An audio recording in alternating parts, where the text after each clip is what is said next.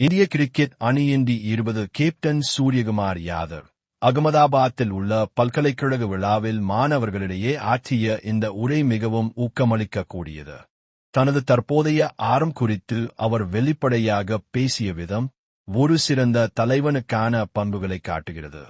ஒவ்வொரு விளையாட்டு வீரருக்கும் ஒரு சரிவு ஏற்படும் என்பதை அவர் யதார்த்தமாக ஒப்புக் கொண்டுள்ளார். தோல்வியைக் கண்டு துவண்டுவிடாமல் அதை ஒரு கற்றுக்கொள்ளும் காலம் என்று அவர் நேர்மறையாக பார்க்கிறார்.